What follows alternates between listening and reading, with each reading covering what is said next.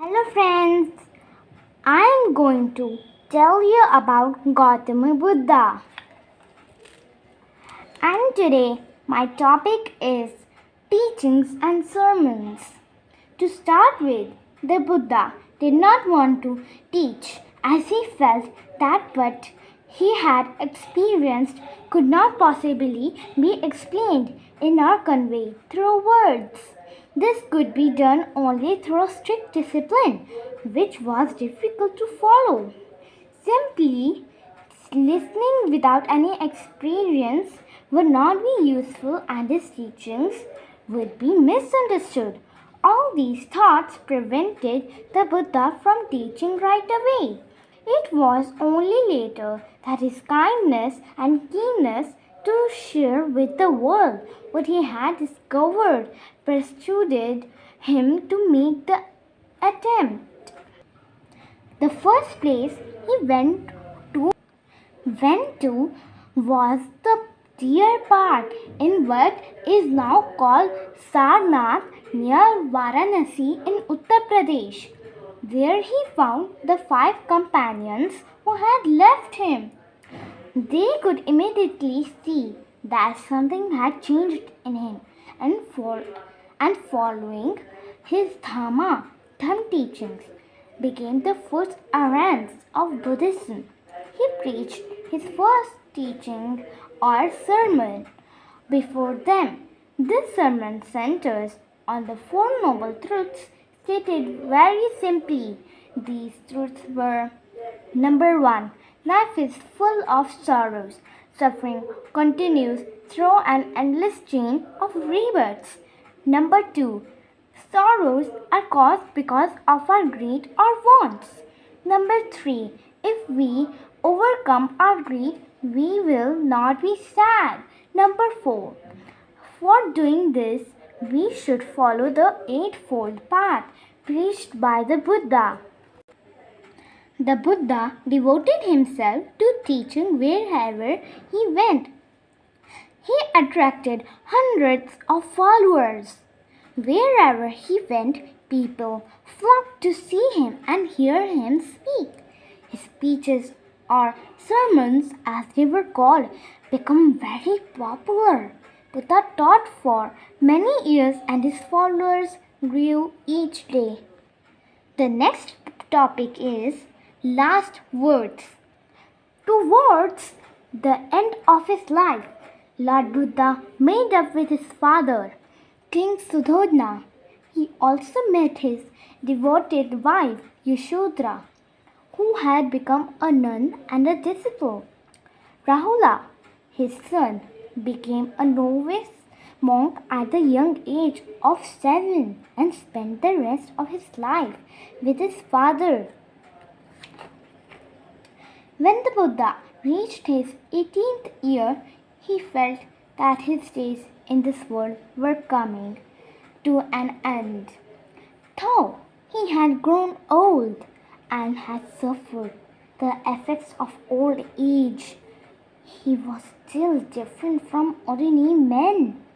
With his mental powers developed through advanced mental training, he was able to overcome pain. His mind was always alert and his thoughts clear, even though his body was beginning to weaken. This means that every creation will die one day. It is up to each person to work out a way of freedom from sorrow by hard work and discipline. Next topic is birth of Buddhism. In the last year of his life, he decided to spend his days in the peaceful and simple surroundings of Kusinaga, a small village in northern India. At the age of 80, Lord Buddha became very ill. His last words, as is generally believed, were, "All compounded things are subject to decay. Work out your salvation with diligence." The Four Noble Truths led to the birth of the Eightfold Path preached by Gautama Buddha. These eight guiding principles,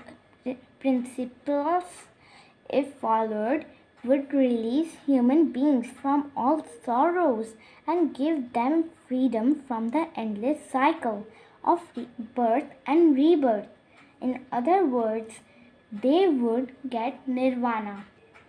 The Eightfold Path that Lord Buddha asked everyone to follow taught correct behavior and discipline.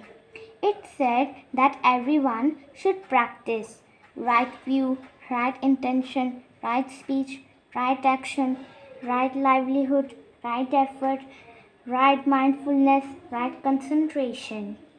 What he preached was that if one led a life where all of the above were followed in the correct manner, one would gain freedom from the cycle of births and deaths and attain nirvana. Buddhism was more a way of life than a religion, though it was seen as one at the time. All it did was teach human beings to stick to correct beliefs, views, and actions and lead a simple life. It discouraged rituals and believed in simple faith and action. One reason it became popular was because it went against the caste system, which was a part of Hinduism.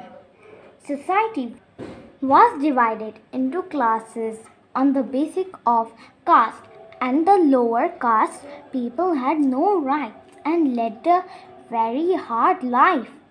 Buddhism came as a breath of fresh air to such people, as it gave them the, the freedom to live a life that gave them equal status.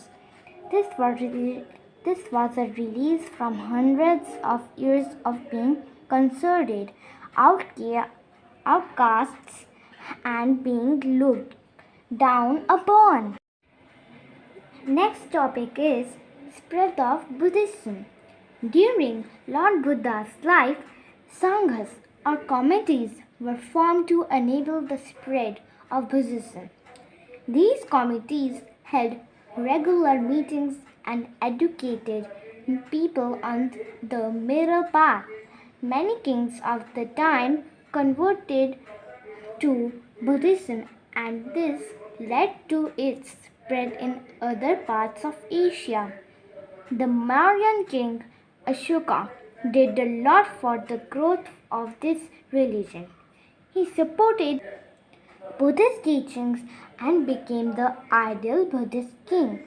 Some historical accounts report that during Ashoka reign, the third Buddhist council was held at Patliputra in 250 BCE. Soon afterward, Buddhist missionaries traveled to countries outside India, possibly as a result of the policies set at Patliputra. Ashoka's son Mahendra went to Sri Lanka as a Buddhist missionary. A form of Buddhism called Theravada Buddhism later spread from Sri Lanka to the Southeast Asian lands of Burma, Myanmar, Siam, Thailand, Laos, and Cambodia. Buddhism is believed to have entered China in the 3rd century, and Mahayana Buddhism became one of the main religions in China, Japan, Korea, and Vietnam.